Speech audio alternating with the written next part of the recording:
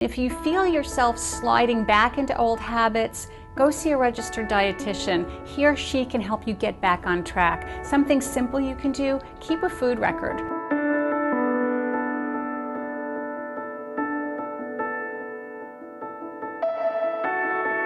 The key to lasting weight loss is the multi-gazillion-dollar question that we're all looking for that answer.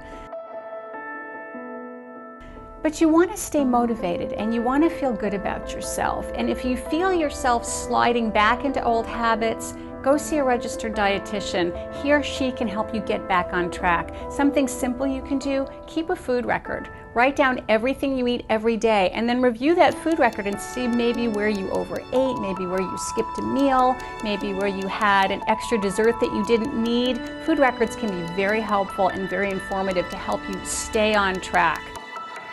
So you want to feel good. Remember, it's a lot easier to maintain weight loss than it is to lose weight that's already gained. Get support from other people. There's a lot of online resources as well. And remember, your health is so important, and feeling good about who you are and feeling good energetically has everything to do with what you're eating and exercising every day. So it's really good to stay motivated and stay on track.